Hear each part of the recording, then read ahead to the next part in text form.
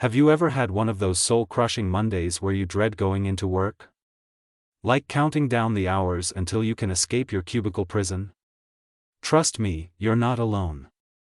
So many of us find ourselves stuck in jobs that leave us totally drained and uninspired. And when we're spending most of our waking hours at work, that's a huge problem. The truth is, we all need to make money to survive and afford to do the things we actually enjoy in life. But does finding a fulfilling career really have to seem like an impossible fantasy? Well, according to career expert Helen Tupper, author of The Squiggly Career, it doesn't have to be that way. Helen's book is all about breaking free from the narrow corporate ladder mindset that you have to just keep climbing ranks to be successful. She says once we ditch that limited idea of what a rewarding career looks like, all sorts of new energizing possibilities open up. In this video, I'm going to share 7 tips and insights from Helen to help you rethink your career path, and find work that is genuinely meaningful and fulfilling for you. This is the Finance Virtuoso channel, where we talk about all things finance. If you're new here, be sure to subscribe and hit the notification bell so you don't miss out on any future money tips and tricks. Tip number 1, pause the autopilot. One major reason we get stuck in crappy jobs is that we live life on cruise control. We kinda just bounce through school, college, first job, without ever really reflecting on who we are and what makes us feel alive. By the time we realize we're completely unsatisfied, many of us have built entire lives and financial commitments around a career choice we made when we barely knew ourselves. Talk about setting yourself up for misery. To break free, Helen says we have to consciously pause the autopilot every now and then. Sit down and do some real soul-searching. What kinds of tasks or environments light you up inside? Do you love creative brainstorming or analytical problem-solving? Need to be around highbrow intellectuals or get energized by goofy pranksters? Forget lofty dream careers, just hone in on your core values, personality quirks, and spontaneous joys. Getting clear on what pushes your "hell yeah" buttons makes it much easier to make career decisions aligned with your true self. Tip number 2, know your anchors. Helen has a great exercise called the values game to really drill down on your work needs and anchors. You start by envisioning your dream workplace and asking, what qualities would my ideal teammates have? What would a perfect day look and feel like for me? For example, I get supercharged by collaborating with highly entrepreneurial go-getters. But they also have to be fun, casual people, none of that uptight corporate culture nonsense. My sweet spot is a laid-back environment that blends learning, hands-on creating, and nurturing others through coaching or teaching. Once you identify some tentative values like curiosity, ambition, integrity, you can stack them up against each other. Is curiosity or ambition more important to me? Ambition or integrity? The values that consistently bubble up are your core anchors to filter future roles through. Tip number 3, don't be a distracted human. According to Helen, we often get seduced by shiny object perks that can make an unfulfilling job seem way more attractive than it really is. I'm talking stuff like status symbols, prestige titles, or a baller salary. While those can be nice to have, they're ultimately just surface-level distractions if your daily tasks and work environment crush your spirit. When evaluating options, she says to always prioritize whether it aligns with your anchoring values and your vision for how you want to be known long-term. For example, if uplifting others and having a positive impact is a core driver, then don't let a fancy job title or paycheck distract you from a role that's all about cutthroat competition over teamwork.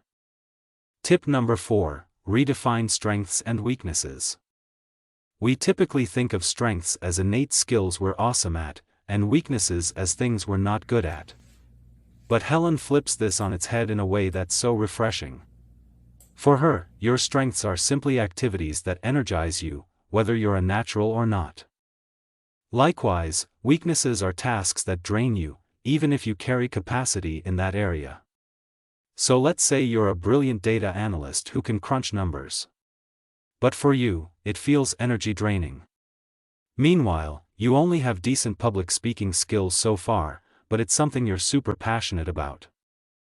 With Helen's mindset, your analytical skills are actually a weakness because they're unfulfilling for you.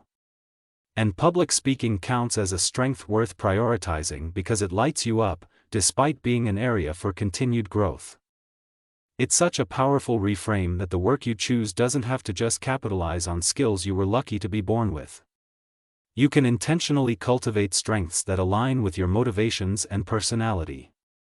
Tip number 5, get curious, not crazy. Now we're getting into the practicalities of how to actually land your unicorn career. While you may be tempted to make a huge, risky leap, Helen says you can absolutely uncover new fulfilling possibilities through small, curious steps. Her top advice is to start exploring roles that seem like an obvious next step in your current job or industry. But instead of making assumptions, actually talk to people in those positions. Ask them about their day-to-day realities and responsibilities. What may seem like a sweet gig on paper could turn out to be totally misaligned with your values and strengths up close. You can also look across your company at intriguing parallel roles you may have dismissed before. See if you can even take on just a couple new projects to get a taste for those responsibilities. The key is to be proactively curious about all the options around you through open conversations. Don't just passively accept career escalators that look good on paper but maybe aren't great for you in reality. Tip number 6, make networking non-cringeworthy. I know, networking often feels so phony, but as Helen explains, most people genuinely want to lend a hand or share their wisdom, you just have to ask in the right way. So when you admire someone and want to pick their brain, be upfront about the focused ask. You could say something like, one of my big goals is to find ways to have more positive community impact through my work. I know you have amazing experience with nonprofit partnerships. Could you spend 30 minutes helping me understand how you identified those opportunities? So it's not a massive ask like, be my mentor forever. You've made it an easy, finite way for them to provide value. And then be sure to follow up and let them know if you implement any of their suggestions. People love feeling like their time was well spent, and starting small allows room for deeper relationships to organically develop over time.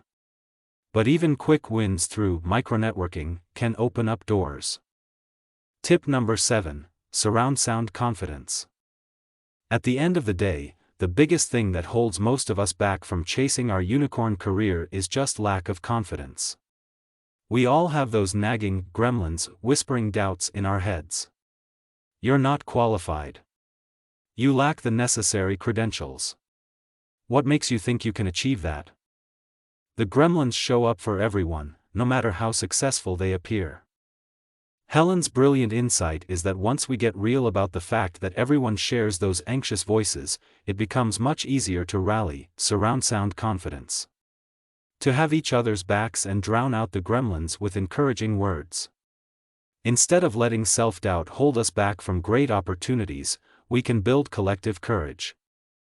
Recognize those negative thoughts as universal background noise rather than unique flaws. Then lift each other over those mental hurdles. So there you have it, friends, 7 powerful mindset shifts and practical tips from Helen Tupper to help craft a career tailored to your unique strengths, values, and priorities. Even if you can't quit your current gig tomorrow, applying some of these ideas can slowly point you down a much more energizing path. Reflect on what truly lights you up. Question your autopilot, dream career. Get radically curious about the world around you. And have the confidence to start taking educated risks to uncover work that allows you to show up as your best self daily. Let me know your thoughts and biggest takeaways from these career insights down in the comments. What resonated most with you from these tips? What are your biggest career